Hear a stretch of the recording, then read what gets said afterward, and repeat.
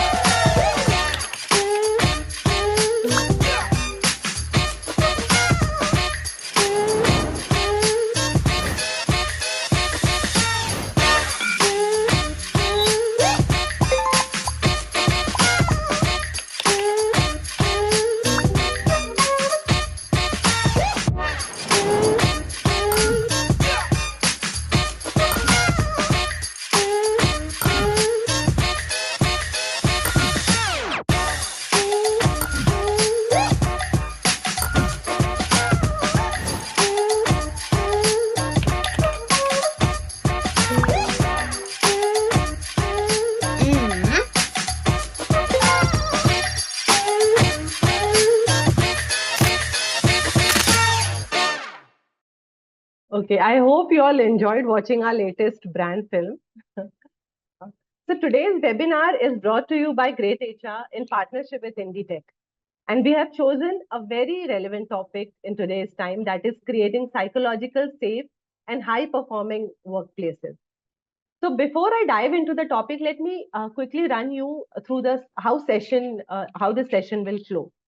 The session is divided into three parts. The first part will be a short presentation by our partner, Inditech. The second part will be the discussion with our expert for today, which will be then followed by a audience Q&A. So also the session is currently being recorded, as you know, and the same will be shared with you once the session is over as well, in case you miss any pointers, in case you want to revisit the responses. So please feel free. So I think now, without further ado, let's get started. Please join me in welcoming Mr. Sarish Polasari, co-founder and director of sales at Inditech Group of Companies, who will kick things off with a short presentation. I'll just have a very brief introduction of Sarish. So Sarish is the co-founder and director of sales at Inditech Group of Companies, a leader in retail technology and business intelligence. Headquartered in Dubai with offices across Saudi Arabia, Qatar, and India, Inditech partners with leading global retail brands. Sarish's forward-looking leadership focuses on solutions that address today's challenges while shaping the future of retail. Over to you, Sarish. You can present your PPT. Welcome, Sarish, and please, we are glad to have a presentation. You are on mute, Sarish, if you're talking. Thank you, Shweta. Thank you so much.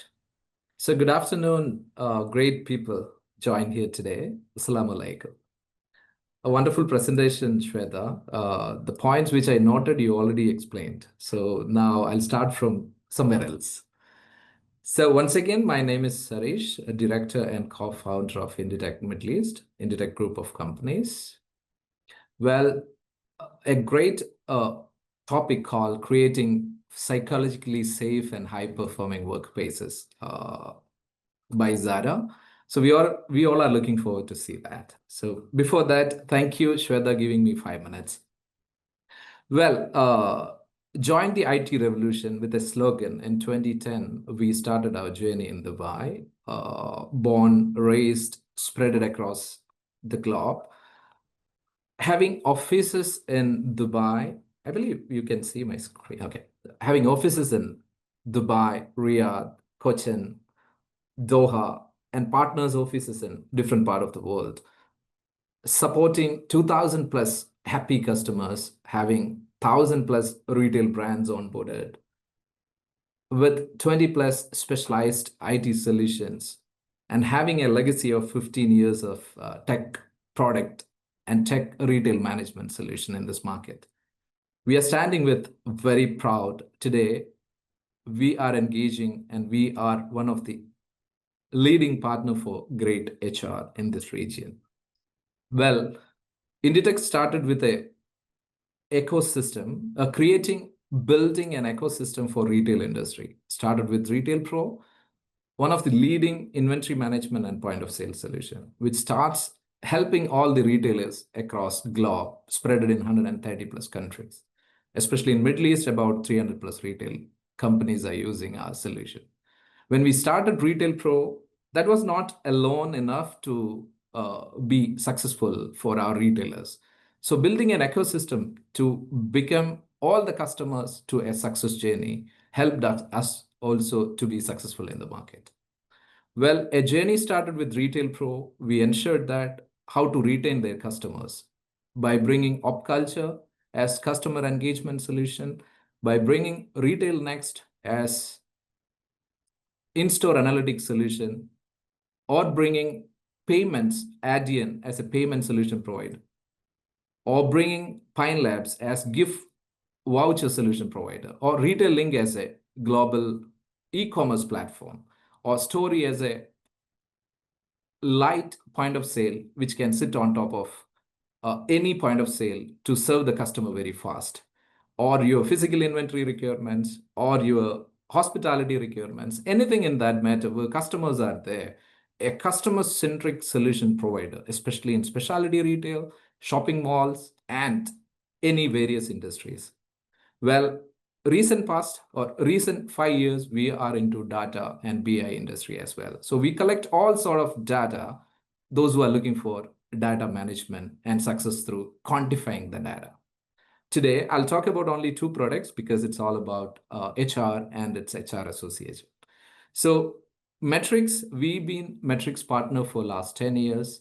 We've been serving this industry, this market for about 10 years, empowering many of officers with right, accurate time and attendance solution.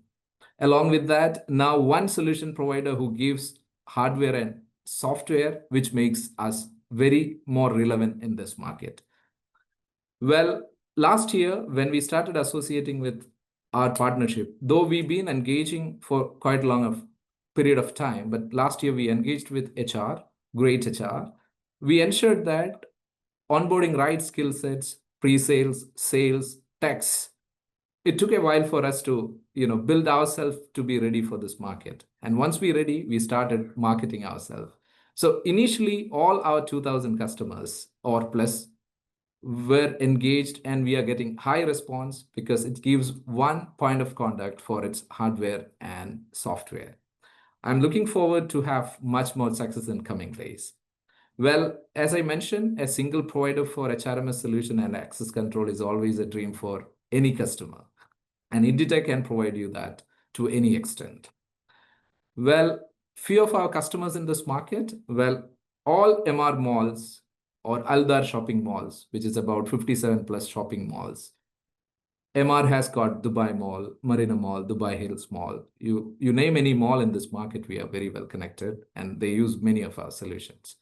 Well, world's leading retail brands like Puma, Scott Wolf, Fenty, Valentino, Guess, Marks and Spencer, you name it, any fashion retail brands, we are empowering them through different channels and solutions.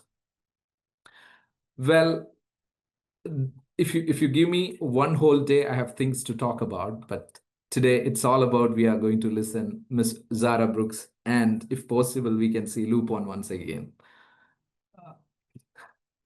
Well, thank you so much. That's the allocated time for me. Thanks, Shweta. Over to you. Thank you so much, Harish. You presented really well, and you may switch off your camera if you'd like to. Thank you. Uh, Thank you so much, Harish. So now let's begin the session.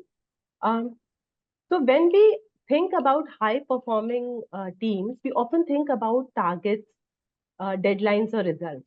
But the truth is, none of that is possible without psychological safety. It's really about people feeling comfortable to speak up, share ideas, or even admit mistakes without worrying about negative consequences. That's when trust grows, creativity sparks, and one real collaboration happens. And today, we are going to dive into exactly that. How creating a safe workspace at work not only supports well-being but also drives performance and success. Guiding us through this important topic is Ms. Tara Brooks, founder of Fikrah HR. We are delighted to have you with us, Sarah. It's an honor to welcome you as our expert speaker. Let me quickly introduce her to you all. Sarah Brooks is an award-winning founder and managing director of Fikrah HR, a Dubai-based consultancy offering pay-as-you-go HR with a heart services for SMEs. With nearly 30 years of HR experience across the UK and GCC, she has turned personal setbacks into entrepreneurial success, building a thriving practice that simplifies UAE labor law for growing businesses. Known for her not a normal HR person approach, Tara blends empathy with commercial pragmatism, helping organizations balance compliance with people centric workplaces. Tara, we are really excited to learn from your experience today. So let's just, jump into the first question. Absolutely. Thank you very much, Shweta. It's my pleasure to be here. Pleasure is ours.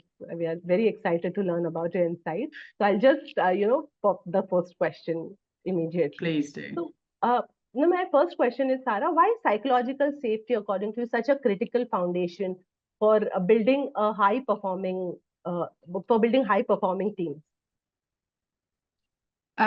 Psychological safety, I think, needs to be defined first of all, so that we all understand what that means. And psychological safety is the capacity and capability for an individual to speak up, to be comfortable in themselves, in how they are, in the work that they're doing, to be able to express their opinions, both positive and negative, put forward their ideas, be collaborative in the workplace as much or as little as they want to. This is, psychological safety is a very strong name for that collective situation, right? And I say strong name because everybody you think and you hear the word psychological and it's a bit like, is this a medical condition or something? And it's not.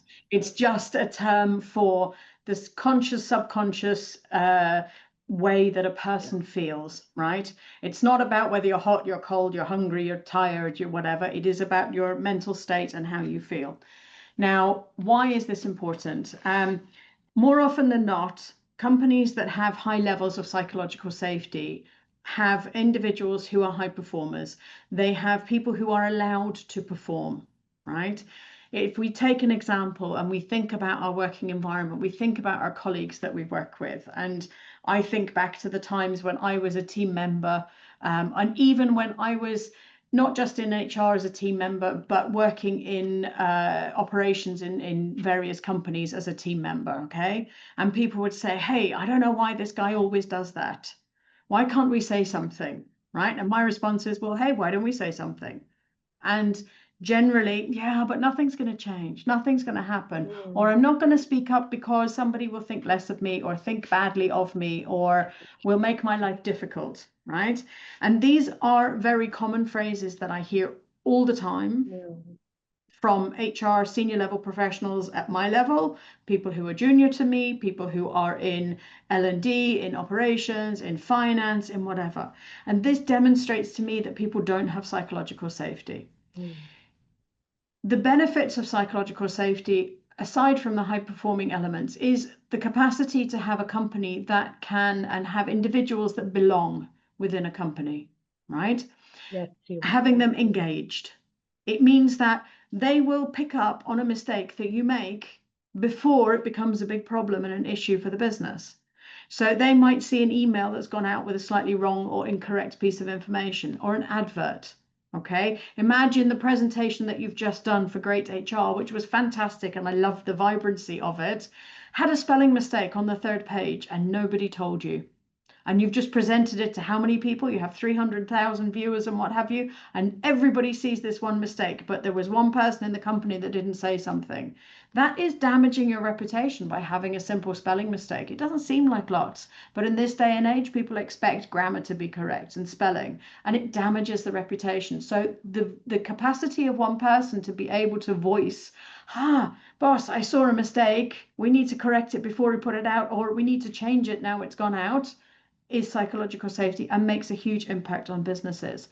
It can not only manage and minimize things like this, which is a reputational damage. It could be product issues. It could be finance challenges that are going through. It could be coming up with new product ideas, for example, developments, opportunities, growth, networking with different companies.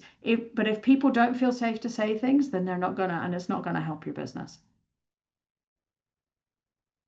Absolutely. The freedom to speak, that hesitation needs to go in, presenting your ideas, as you rightly said.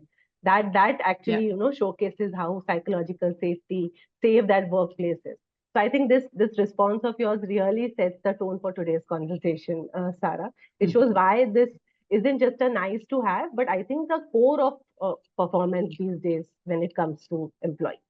So I'll just yeah, yeah, it's please very go. important. It's something that we need to acknowledge, that there are people in our employment circles and our businesses that maybe have psychological safety but don't want to speak up still. And this is a different challenge. This is something about understanding the culture of those individuals. And this is a different topic entirely around cultural intelligence.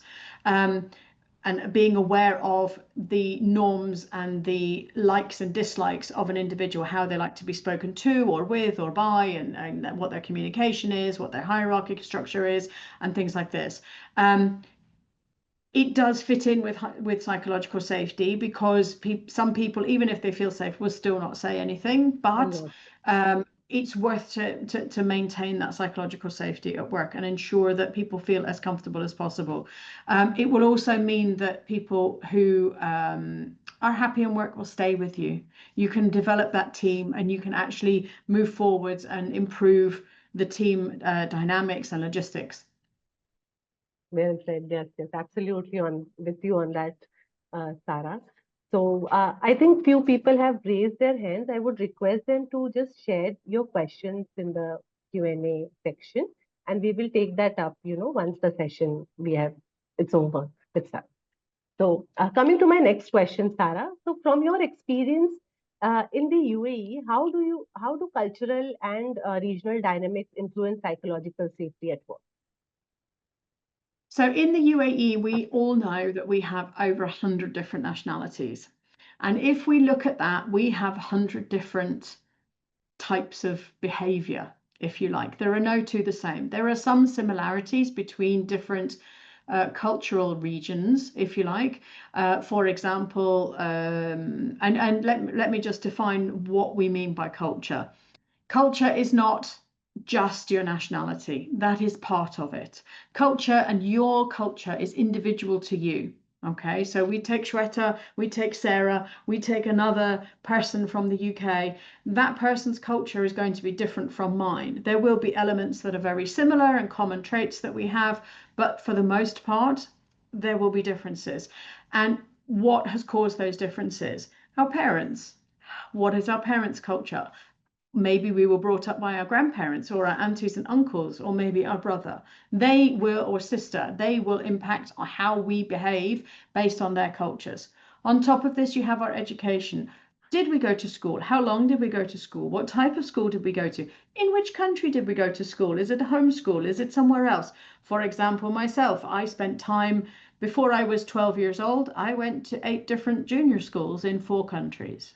Okay, so I like parts of I mean, I went to school in Scotland, I went to school in the UK, I went to school in America. I learned to spell in America. This affects me to this day, some however many years later, and I am forever grateful for spell check. But that is part of my culture. This is part of my upbringing. Did I go to university? What, who did I get involved with at university? Who are my friends? Who did I hang out with? And then into the workplace as well. Who are my mentors? Who are my guides? Who are the people who have taught me how to be who I am at work, good or bad, right? Because a bad boss can teach you as much as a good boss and can influence your behavior as much as a good boss, sometimes more so, sometimes in the right way, sometimes in the wrong way. But we need to think about all of these things. So this is what we mean by the culture and the regional differences.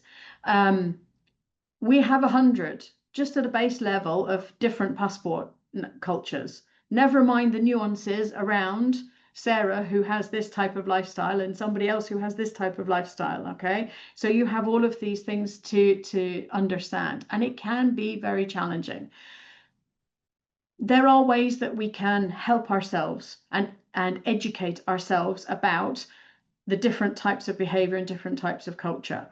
There are a couple of different people in the world who are talking about this, and I'm extremely fortunate to be co-hosting a podcast of my own with one of the foremost cultural intelligence specialists in the region, a fabulous young lady called Emma Jordan. She has written a book called Dubai Decoded, and I will give her a free plug here because it is one of the best ways to learn about yourself and your culture. Why do I behave this way when somebody says this to me? Okay, as well as what are my colleagues? Once you understand this, then you can develop your cultural intelligence towards your colleagues and therefore facilitate and improve and strengthen that psychological safety. Okay. It's things like, for example, when you are in a meeting with people, right? And you're hosting a meeting and you ask, has anybody got any questions? And it's silent around the room. Okay, nobody says anything. Or maybe somebody has something to say, but they don't they don't feel confident, or that it's not their culture to speak up, right? As a leader in that position, and this is something that Emma has taught me, I need to be observant. I need to watch the body language of people to see maybe somebody's going, oh, I want to say something. And I have to see that little finger movement to be able to, okay, that person needs to speak up and I need to invite them because they will wait, right? So it's these type of things that we need to look at. But by me learning that, I am able to give psychological safety and cultural awareness to that individual and the confidence to speak up with whatever it might be. Dubai is one of the most challenging environments, though, for this because of the vast number of cultures that we have here. Yeah, I agree on that, Sarah, because as you said, psychological safety is like to each its own. When we say that, many things come into picture when you think of a particular person's psychology, how it's built over the period of, since birth till the time that they are getting into the workforce. So it's a very interesting kind of perspective that you shared. And it also kind of highlights how context and, culture shape the way we approach. So very well said, Sarah. Thank you for this response. Coming to my next question, what role does leadership behavior play in creating or breaking a psychological safe environment? It's extremely easy to break a psychologically safe environment. Unfortunately, it's very difficult to create it. It's kind of like trust. It's very, very similar to trust. A psychological breakdown of an environment can come from somebody having the confidence to speak to their line manager about a challenge that is being faced by the team. For example, there are multiple customer complaints, okay, about a product. And one of the team reaches out to the line manager and says, hey, very quietly, doesn't put them like at any risk and what have you, does it to one side, and very quietly says, look, we have a lot of complaints about this. Maybe if we do it this way, we might be able to correct it. He's trusting that that line manager will take that information and react to it and pass it forward in good faith, and maybe make changes, or speak to the product team, or the engineering team, or the IT team who are designing the software, if it's something like this, for example. If the line manager just ignores it and does nothing, goes, yeah, fine, okay, or takes that to himself and it moves it forward but doesn't necessarily give the credit where it's due, that can break psychological safety.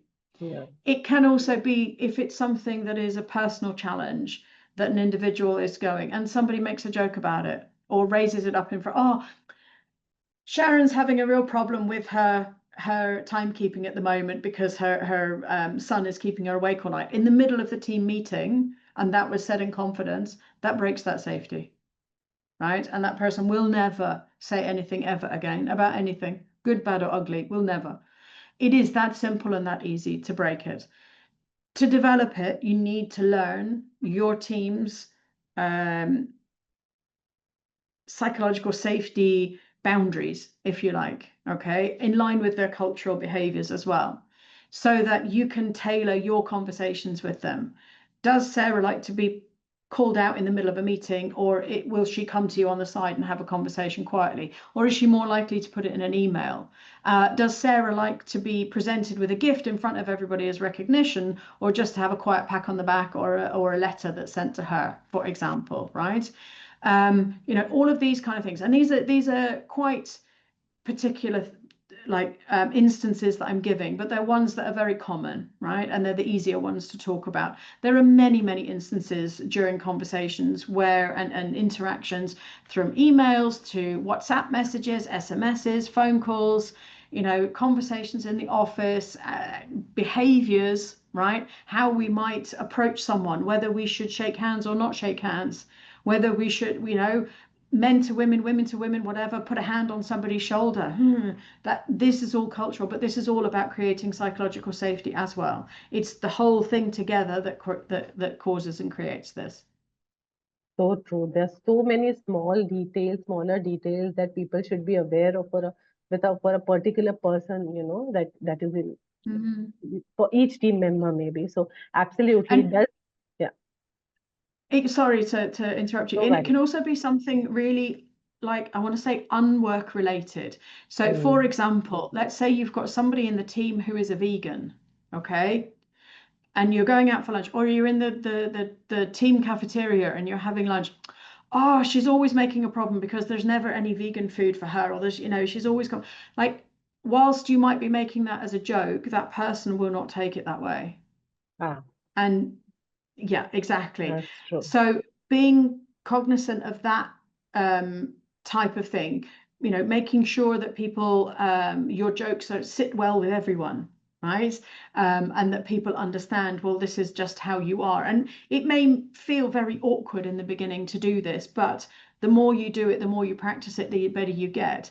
I would recommend that anyone who is going to go ahead and practice this and learn about the cultural elements as well as the psychological safety also learns how to apologize and accept feedback. Oh, that's because very part of it is being told, I don't like the way you said that to me. Don't take it personally, acknowledge, apologize, move on, change, don't do it again. It's as simple as that. And that in itself will be the foundations and the building blocks. No, absolutely. That was a very valid point that you touched upon, Sarah. So it really does begin with the leaders, to identify such kind of, and also the peers, the colleagues as well. It's both ways actually. I completely, reckon that. So, that way actually the leaders just set the tone for everyone else also, I would say, in that way. So, wonderful response. I can see hearts and emoticons floating around for your responses. I'm sure there people are kind of eager to have some questions also. So everyone, anybody who's raising hand, we will take your questions towards the end of the session, please. You can just drop your questions in the Q&A section. So now we have set the stage on why psychological safety matters and how leadership and culture, play a huge role. Now let's dig into what leaders in HR can actually do day to day to make this real. So that I'll come to my next question on that, Sarah. What simple everyday actions can leaders take to build more trust and openness with their teams? You have mentioned quite a few already, but if you'd like to kind of mention any that you have not touched upon. So in my time being a leader, I mean, I am still a leader, but I'm a leader in a different framework than in previous. So at the moment, I run my own business, and I have different. Whilst I'm still me, I have leadership values. The application of those leadership values is slightly different. Working in a corporate environment where I've been a head of HR and had a team of people reporting to me, and I've had to develop this for myself. You can, and you need to kind of understand that you can have a psychologically safe environment in your team, but it might not be reflected in the bigger organization, right? So if you think about it, right, you've got different departments. So let's look at, we've got HR, you've got IT, you've got operations. They can be little capsules, if you like, of a psychologically safe environment with those leaders, but maybe the senior leadership team at this point in time, hopefully in the future, may not reflect the same values in terms of psychological safety or have the capacity or understanding to implement this. It doesn't mean that you stop. It means that you carry on and you do the best that you can. The behaviors that I've always taken is that, and this is why I've had the one of the reasons that I've had the nomina of being not a normal HR person is because I am not hierarchically sounded. I have the job title and I take the flak, right? But the team are the people that do the work, and I recognize that in them. So I give them the space to do the work. I ask them, what do you need? Is the system that you have working for you? For example, are you facing challenges? How can I remove those blockages? How can I remove those barriers and move that up the line? I listen to them. It's not about socializing with them necessarily, like going out on a Friday night or whatever, but it's about taking time out of the day, out of the week, out of the month, out of the year to sit and listen. What's the feedback? What's the update? And when my team come and say, Sarah, do you know what? This happened. We didn't like it. Okay. Why didn't you like it? Why did it happen? How can we make sure it doesn't happen again? And actually putting changes in place within the team to make sure that they're not put in that situation again, and supporting them, giving them the autonomy, empowering them to make decisions, right? One team that I worked with many years ago, the individual who was the line manager before me used to make the team salute when the person walked into the office. Okay. And I didn't find this out until maybe 6 or 7 months after I joined. And I swear I was like gobsmacked, because I've never heard of this in my entire life ever happening before. Other teams that I've worked with have been told that they're not allowed to reply to emails. All the emails must be forwarded on to the line manager. The line manager then checks, creates the reply, sends the reply back to the individual. The individual sends it on to the recipient. And that is something that I stopped within like the first 3 days, I think, of me joining, because it's not practical. Not practical from a time management perspective, but also the team are then just being administrative, like, paper pushers. They're just micromanaged. So it's giving people that autonomy to say, you can make mistakes. It's not a problem.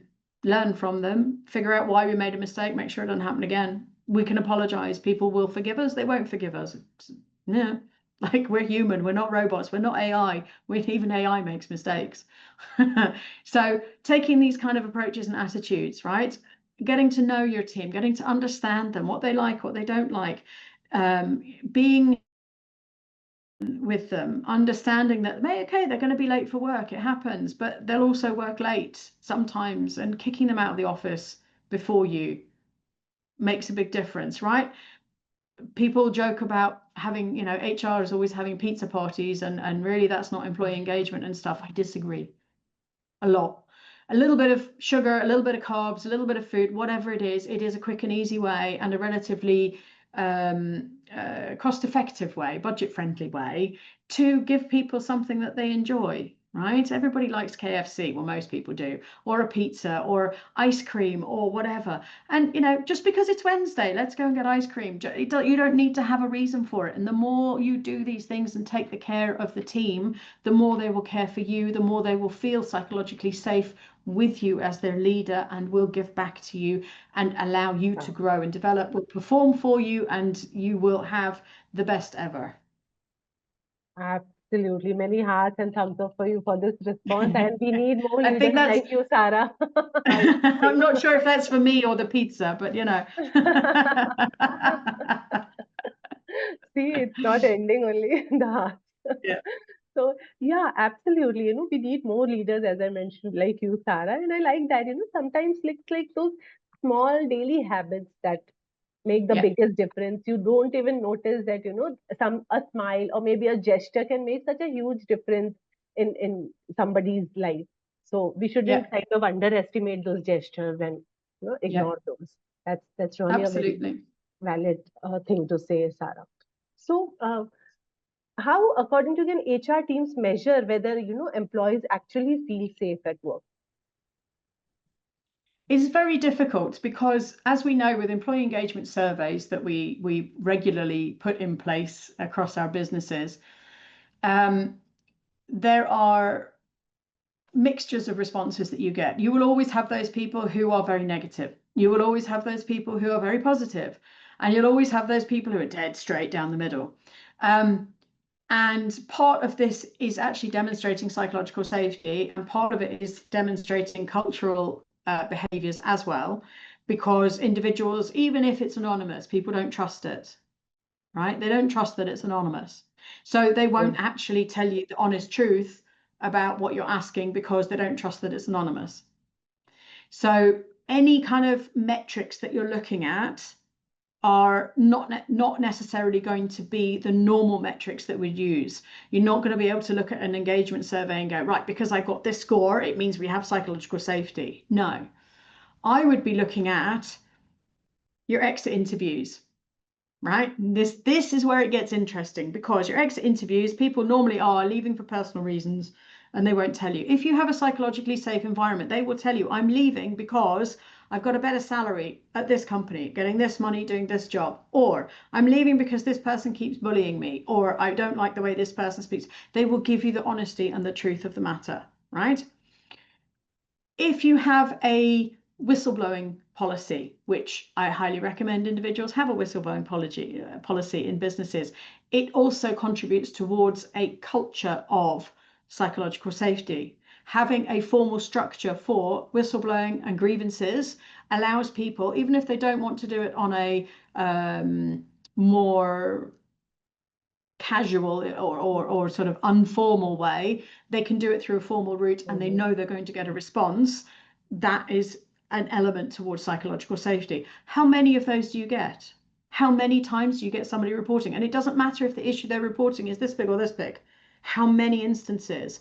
The more you get, the better and the more psychologically safe an environment is, because people are telling you what is right and what is wrong. Okay, and looking at your performance statistics, looking at for those that are in customer facing environments, for example, or who have products and who have your Google reviews, or your, you know, if you're hospitality and food and beverages, TripAdvisor and all of this kind of stuff, right? Trustpilot reviews and things. What are they saying about your staff? The more you get people who are named, who are being told, do you know what? This is what I expected, and this is what I got because Bob did absolutely everything in his power, and he gave me this, and he gave me this, and he gave me this, and we did this, over exceeded my expectations. That then is the performance element, which comes from supporting the psychological safety. Oh, yes, that's true. There is no tangible way to kind of measure the matrix. And as you rightly said, it's only the behavior that you can count on for such big things, like whistleblower policy also you mentioned. So I think sometimes, yes, culture feels hard to measure, but this actually makes it sound practical and doable, that whatever you know, tips you shared here.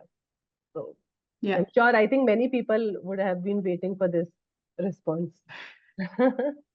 Because that's the question I think most HR folks have, how to measure that, basically. So we have the answer response already, and that's very fair as well. So coming to my next question, Sarah, what common challenges do businesses face when trying to build psychological safety, and how can they overcome, according to you? A lot of the challenges that companies face, and at the moment, I deal with multiple industries, and I deal with lots of different types and sizes of companies. Okay. And I say types and sizes because from entrepreneurial, literally hiring their first person, through to large multinational corporations, semi-government, government entities, things like this. And a wide variety of individuals from different cultures and different nationality backgrounds. So they have different behaviors, different life experiences, which lead to how they then present themselves at work. I think the biggest challenges and it is something that is kind of unique to the UAE because of the structure of the workforce over here. We are 90%, 95% expatriate workforce. Payroll cost the company for payroll, if we include your visas, your medical insurance, and everything else, end of service and everything else, in the majority of companies is one of the highest costs on the profit, on the P&L, right? And more often than not, companies are led by those numbers, the amount of money in, the amount of money out, and how much they make at the bottom line, what's the GOP. And there is a disconnect, almost like it's almost a begrudging that, well, we pay for our employees and then we have to pay this as well. Like we have to pay end of service, we have to pay annual leave, we have to pay for sick leave, we have to pay for maternity, and it's extra, extra, extra, extra. So companies don't, like, they feel they own the staff. There's a sense of ownership. And when you own something, right? I mean, let's think about, we own a vehicle, we own a computer. We don't expect it to talk back to us and tell us when we're doing something wrong. And therein lies the problem, because a lot of leaders and business owners feel, and it's not necessarily a conscious feeling that they own. It's a subconscious, sort of behavior and attachment to employees, that they own them. And therefore, well, who are you to tell me how to run my business? You're just one of my employees. I pay you, I own you. And they'll never say that outright, but that's the inference. So it's changing that mindset, okay? Within the HR community, globally, we have changed the name of HR multiple times. When I started working, far too long ago to think about, it was called personnel. And over here, we still have a lot of personnel, and we have personnel administration, and we have HR and administration. And that's an overhang from that because of the volumes and the costs and elements. We've changed it to human resources with a view to, it's a resource. It's the same as how many computers we have. It is a resource for the business, and therefore it is something that we need to value.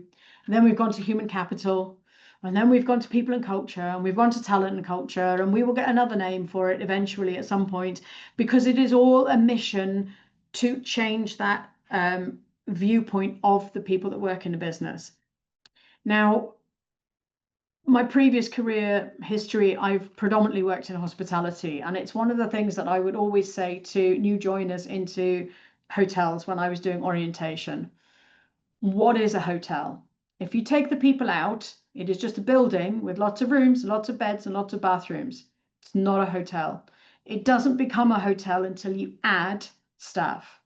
And you add a team to clean the rooms, to change the beds, to welcome the guests, to make it feel like home. And that is the basis of hotels and hospitality. And it's the same in any other company. Even, it doesn't matter the industry, right? A finance company is not a finance company if it doesn't have somebody that works the spreadsheets, right? An automotive company is not an automotive company unless you have somebody who is selling the cars or making the cars or maintaining the cars. Otherwise, it's just a large parking lot or a large warehouse with lots of bits of machinery in it. It doesn't actually become anything, right? And we need to, as HR professionals, and I'm making a presumption that the majority of people attending are from an HR professional background, we need to be the ones that bring that to the forefront with our line managers. We need to stress that. We've got to, the more we take care of our employees, the more they will take care of us and take care of our teams. And if we haven't started to learn this because of COVID, this is, global pandemic that hit everyone. There isn't a single country in the world or person in the world, particularly, that wasn't impacted by this at some level. If we haven't learned this from COVID, that our people make the business, then we've got a problem. Okay. And it is a hard, tough lesson to learn. And it's a very rocky road, and it's a very uncomfortable road, especially when you start calling it out. Okay. As HR professionals, we need to be looking at our contracts, we need to be looking at our policies and procedures, we need to be making sure that we have the human element in it. And the simple way to do that is say, put yourself in their shoes, would I accept it? If you don't accept it, why are you putting it forwards? No, okay. That in itself will start a change and build psychological safety around you with your team, and then upwards, and gradually it will change. There are going to be those people who are sticks in the mud who will not change, and they are of a certain maturity in years, okay, and we get that, right? They're not going to change. It happens. It's like trying to change my dad's opinion on something. It's very, very, very difficult on some occasions, okay. But there are those that have an open mind to it and have an open heart to it, and you can achieve it. You just need to be a little bit persistent, persuasive, come with the right information, the right data, the right tools, and it's not always about money.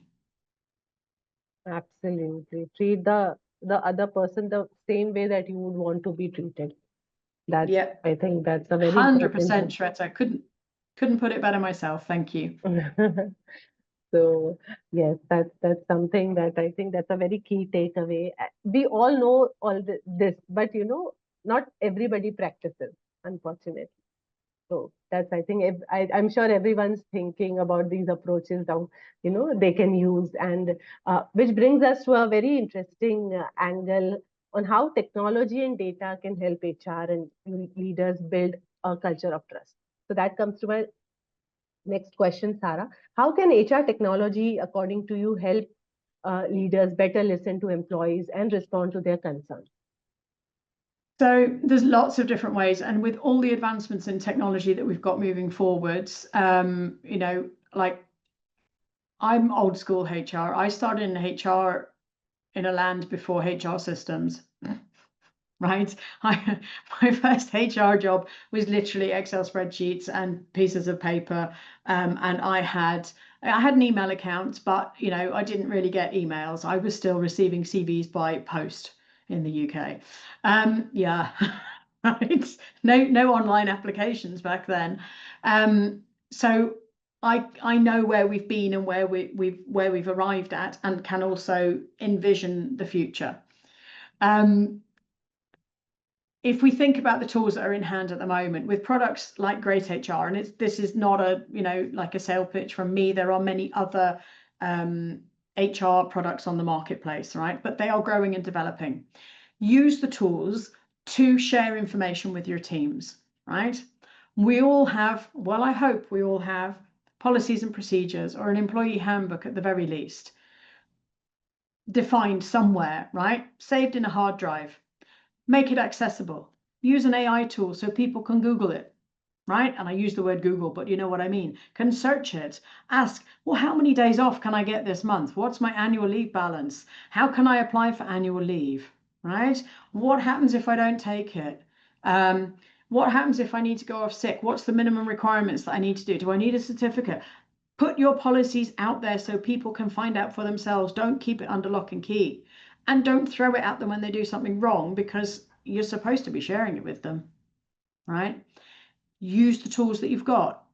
Have it with an application on your phone. Use the different community tools. And at the basic level, you can use Facebook, right? You can create a Facebook page, a group, for your team. I've done it in multiple companies that I've worked in, to communicate these are the activities we've got going on, these are the birthdays, this is the anniversary, somebody's had a baby, somebody's being promoted, whatever it is, right? Social activities and events that are happening, or these are the vacancies. Facebook's been around for ages. It's not difficult and it's free. Yay. So, use these things. There are other community tools that are a bit more business focused that you can invest in as well if you want something separate to do that kind of awareness and involvement campaign. So looking at those types of things. What else can we talk about? I think making sure that you can also have, we've talked briefly and about employee engagement surveys. Yes, this is something we've talked about, whistleblowing and having that. What about utilizing AI chatbots or this type of structure to have a mailbox where somebody can email or WhatsApp a question or a query or something they've observed anonymously, right? So that people can, and okay, I'm going old school. I used to have an employee feedback box, right, which was literally a cardboard box in the staff canteen where people could put a piece of paper with their comments and feedback in it on anything, right? That's the old school method. The new one is doing it via email or having an AI agent or something or other. So, it's not about reinventing the wheel. It's about moving on the practice and the activity to bring it up to date and into the technological world and into the generational world that we're now dealing in. I'm of an older generation. There are millennials and Gen Zs and everything else around, and Gen Ys and God knows what else, okay, who do things differently, right? And we need to appeal to them as much as we need to appeal to me and my piece of paper and a pen. So using the same methods but different tools to do it.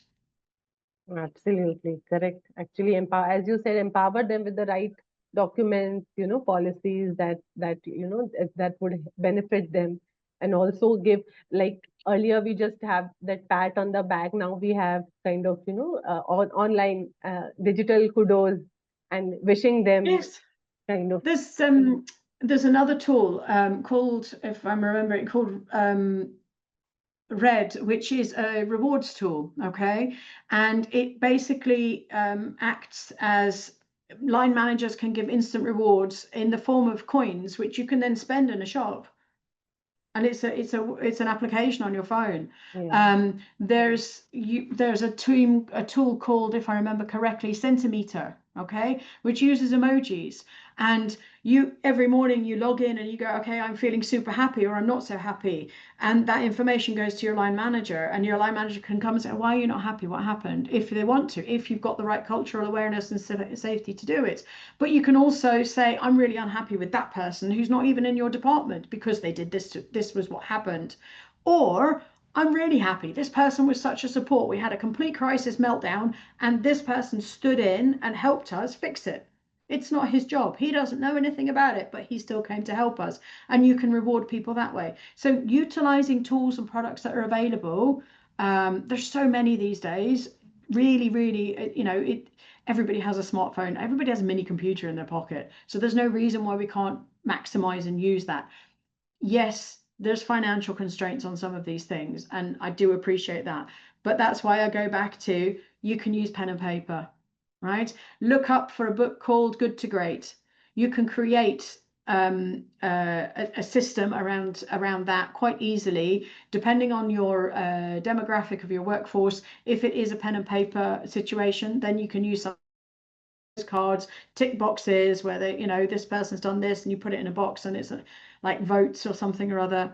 100%, right? If you've got a demographic that's more, or the workforce is more digitally minded, let's say, then you can, and you've got a bit more cash, then you can go to one of the more digital products. No, actually, it's like technology as a way to listen more. Actually, it should be used, not less. So what kind of data, Sarah, feedback tools are most, you already, I think, addressed that question. My next question was on that, data or feedback tools are most effective in assessing. So I think that's already being taken care of for you. So coming to my next question, what skills should managers and HR leaders develop to foster psychological safe environment? what trainings maybe, would help according to you? I would strongly recommend leaders to go on, do some form of coaching qualification course. Okay.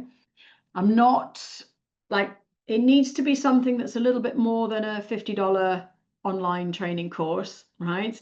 But something of that ilk that gives you the capacity to be a coach and a mentor to someone, to be able to listen, to be able to pick up on some of the more nuanced tones of voice, or the ways of speaking, the mannerisms, body language, this type of thing. It's not about it gives you the tools so that you can listen to people, to listen to them and understand what they're saying, not just to give them an answer. Okay. And quite often, more often than not, we don't listen to listen and understand, we listen to answer. So we need to focus on that. So that coaching and feedback courses would be really beneficial. I've done very early on in my career, I was given a coaching and feedback course, how to have handle difficult conversations. And more recently, in the last few years, I've actually done what's called a brain-based coaching certificate with a Neuro Leadership Institute here in Dubai, which has given me more tools to be able to have such more complex conversations, but understand people's and recognize people's behaviors, but not just recognize a behavior and say, oh, that person's angry, but then dissect it to say, why might that person react this way? Because once you can understand that, you don't react to the anger, you've understood why, so you deal with the why rather than the anger, right? And that then can help with the flow of things. You keep a much more measured thing.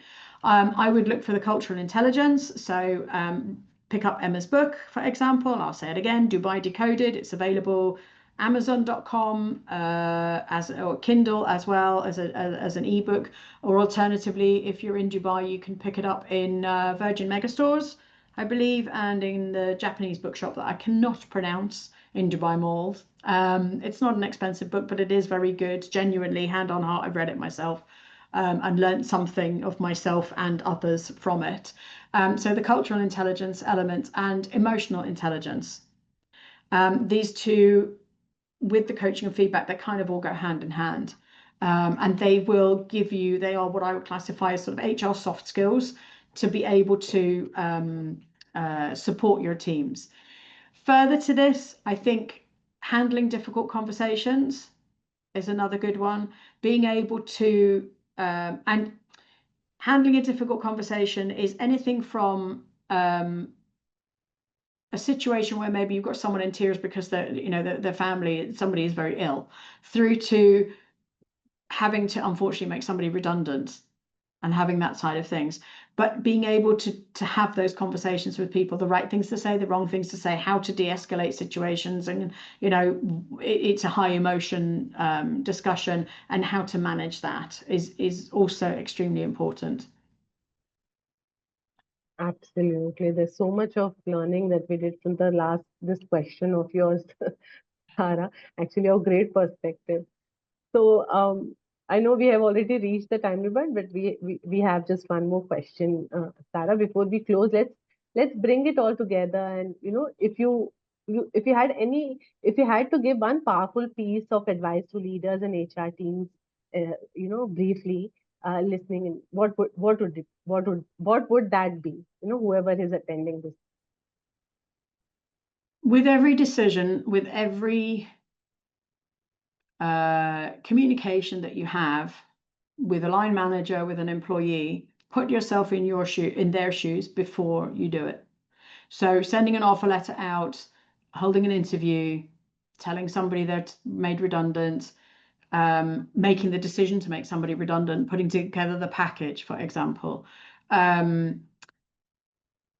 deducting somebody's sick leave because they had an emergency medical situation. All of, I mean, these are examples, and the good stuff as well. How is that person going to receive this? Okay, because we go, oh, great, it's a certificate. And that person might go, oh, great, it's a certificate. Okay, right? People have different expectations. think about the person who's receiving it, think about what they would want if you were them, right? And always put yourself in that situation, because the more you can see things from other people's points of view, the better you are at managing that situation, providing more holistic approaches to things and mitigating risks before it happens, right? Understanding that if I do this way, that person could do this, and then we've got a big problem. So if I do this differently, that person's not going to do that, and that means we're not going to have a major drama on our hands, for example. Absolutely. So as you mentioned, I'll just wrap it. Empathy, and I think empathy and emotional intelligence is very required in this profession, in any profession, I would say, when you're dealing with people. So I think that's a great note to end on, Sarah. Simple, but something that can make a real difference if acted on. Yes, yeah, it does. Great responses. And that's the end of my questions, Sarah, unless you would want to add to anything. Or okay, many hearts, I think, many reactions. They all love your responses. Thank you. I think that's a very practical way to kind of gauge also.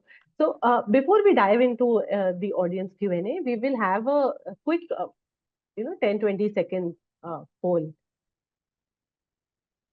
from the Sure. audience who are attending. It's not related to the topic, but it's just if anybody would want to, would you like a personalized walkthrough of greytHR solution to help you provide friction-free employee experiences? Okay, we have the responses. Okay. I think many are looking forward to it.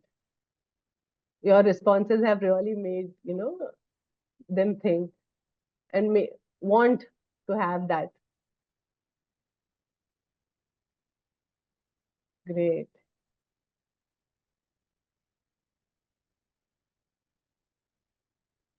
Okay. So we have, okay, we are reaching 80, I guess.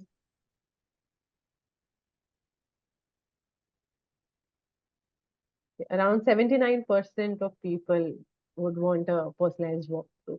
Okay, thank you so much for answering the poll, everybody. I'll just probably end it. Okay, so now we are coming to the end of the discussion. If there are any questions pending, I think we have few questions here. Wait, I'll just have a look. Yes, we will be recording this session. We have recorded and we will share the recording to everybody who's attended here. There is a question. Most of my team is trying to. I think Sandeep's answer, you have already taken care of it in the responses. If you would want to add, or we can scan through other questions also. Yeah, so Sandeep. Yeah, please go. Reading the question as well. So Sandeep, it's a very pertinent question. And especially, look, even we're doing the webinar online, okay? But giving people the capacity to reach out in different ways, right? So for example, this has the Q&A section. Most of the, if you use Teams, for example, versus Zoom or, other platforms, they will have a chat function, and they will have a chat function where participants can only speak with the host. They don't have to demonstrate the question to everybody, right? So you could have that set up so that it is only to the host, and there isn't an option to share it to everybody, so they're not going to do that accidentally. And you can say, does anybody want to ask a question? You can do that, or type it in the comment box and I'll come back to you, right? So it's not even that you're going to call them out in the meeting like I've done with you, Sandeep, and I apologize because maybe you don't want your name on it. I don't know, right? But it's not calling people out in the meeting if they don't want to be. It's saying, okay, I'll take your question, I'll come back and answer it later, but make sure you do keep a note of that question, right? Before you end the call, keep a note of the question and then reply to the individual either on a one-to-one basis via email, or you have a Teams call directly just with that individual so that you can, straight afterwards or the next day or something, so that you can spend 10, 15 minutes discussing their query with them on a one-to-one basis that's not in front of it. Set up a calendar invite option. You could use a tool like Calendly or something like this, so that you have an opportunity for individuals to book time with you so that they can ask one-to-one. Not everyone is going to want to stand up in front of people and put their thoughts, the same way as not everyone will want to be on a Teams call like this and do this kind of webinar, or stand up in a room in front of people and teach people.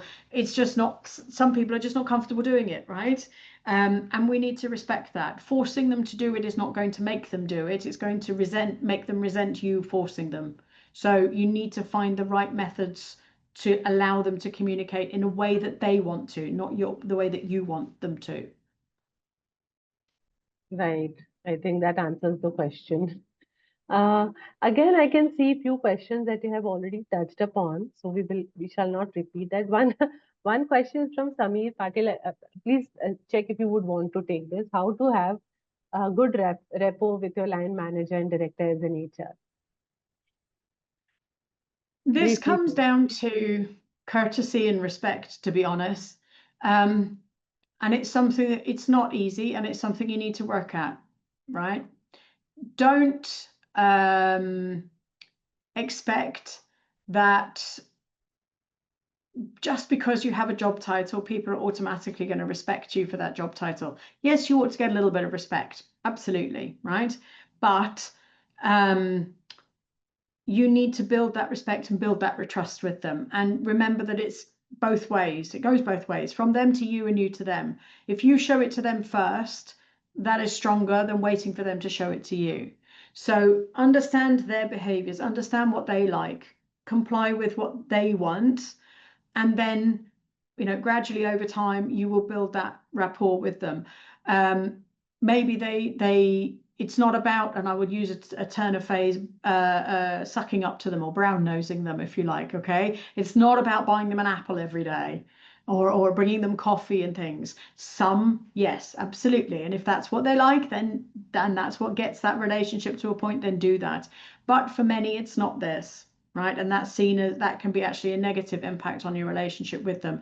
But sitting down and having a conversation with them, I have from many fond memories of a director of finance that I worked with, who actually, we used to have all-out shouting matches with each other and discussions and arguments about budgets and HR stuff, and spending money generally, because he didn't want me to and I needed to, and things like this. And the rest of the team couldn't understand, and even of his team, because we would walk out of his office like nothing happened, like best friends.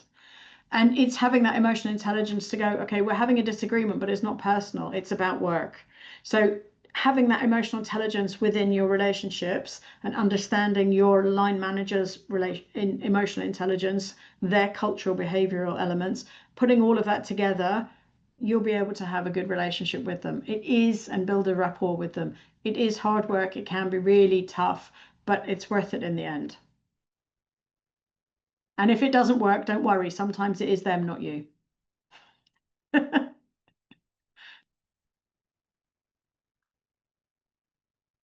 You're on mute, lovely.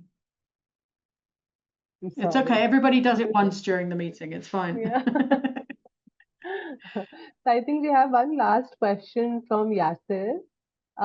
He says, we are handling design requests from more than 15 countries, and once I start a day, all will call and ask drawing simultaneously. Attending all the calls makes me more pressure psychologically. How to overcome it? I'm not sure.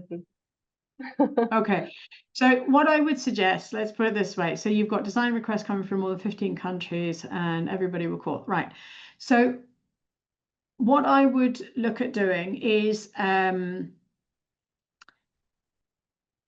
segregating some time in your calendar for calls, right? If you are on Teams and logged in as available all day, then people will go, oh, I need to call you, I need to call you, I need to call you. If, however, you segregate some times and you put in your calendar busy, right? That it blocks it, shows that you're red or out of office, for example, then people know, okay, Mohammed's not there, I can't do it. ask them to write you an email or drop you a note through the Teams chat or Zoom chat or whatever it might be. If you use Slack or any of these other tools, ask them to do it through that. Then what you need to understand is you need to enlist the help of your boss, okay? Because if you've got 25 different design requests, you need to understand which one is the most important. And that is not necessarily something that you personally can choose. That is something that you need to work with your line managers or the project managers to say, okay, project A, B, C, or D, which one is most critical? Because I've got this request, this request, this request, and this request. So which one do I do first? Right? And then you do the one that they advise you to do. So that if somebody comes to you and say, hey, why haven't you done it? It's super important. You go, yeah, okay, well, actually, right, I've been told that this one is slightly more important. Can you help me understand where you are? What are the critical bits? And then you kind of get into a negotiation with them. In such situations, there are times when you're going to have to be a little bit harsh, maybe direct. I wouldn't, not shouting, not aggressive, not whatever, but stand your ground and be assertive to say, in essence, not literally this and not in this way, I have one pair of hands. I can only do one thing at once, right? So I need to identify which is the most important, and this is the sequence that I'm doing things in, and this is the timeline for delivery so that you can manage their expectations, right? That they've not got an unknown ... Mohammed Yasser is working on it ... We might see it this year ... right? I will have it finished in 2 weeks for you, or I will have it finished in 2 days or 2 hours or whatever it might be, so that they go, okay, fine, and step back and let you in peace to do it. And if they come to you again, you go like, dude, okay, the more you hassle me, the less I'm able to do it. So stop hassling me and let me do it. All right. And I've had the same situation, and that is one of the reasons that I get not being a normal HR person, because I am that blunt and direct with people. That's me and my culture, right? You don't have to accept that, and you don't have to copy me, but I am confident to do that with people and go, okay, I can only do one thing at once. I have these 2 things. This is slightly more important. And sometimes even explaining it to the person who's asking, right? To say, I have to do this design first because we need to get the RFP in front of, or respond to the RFP with design drawings, and the deadline is 4 o'clock tomorrow. And if I don't do that, we could potentially miss out on a $6 billion contract. What's your argument, right?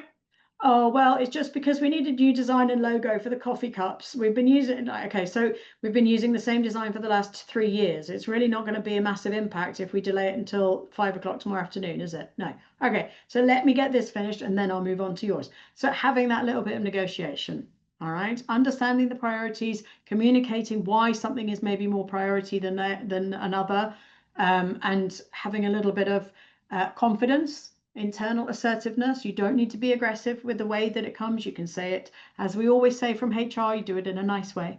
You can be gentle with how you put it across, but just putting that to them. And if the person still has a problem, ask them to speak to your line manager, because your priorities are maybe assigned by him. True. Prioritizing is the word, I guess, Sarah, here. Completely, yes. Well said, well said. So I think, yeah, we have taken the questions that what to be taken, and I think few of them have already been answered with you in advance, basically. So okay, Yasir says thank you also. So once again, thank you, Sarah. Thank you so much for the wonderful session. You have certainly given us a lot of great insights on creating psychologically safe and high performing workplaces. So that was a great session. I'm sure the audience participants are very happy, and they would have got responses of what they were expecting for this session. I would also like to thank. I hope so. Yes, go on, Sarah. You were saying something. I was going to say, I hope they got the answers that they were looking for. And it's been lovely to speak with yourself and answer your queries, and to see the presentation from yourselves at greytHR and from Sarish as well. Great. I would also like to thank Sarish and from Inditech for being our partner for this webinar. Thank you so much, Sarish. It was a pleasure having you. And a very special thanks to all the attendees who joined us to make it more successful. If you have any questions, please write to this email ID, which you can see on the screen, and we will definitely get back to you. So we will see you all in the next session, and yet another interesting topic of discussion. You will get a thank you mailer in few days with the session recording. So whoever has been asking for recording, yes, we will share it with you, rest assured. So thank you so much. Thank you, Sarah, once again. Thank you, everybody. Have a great evening.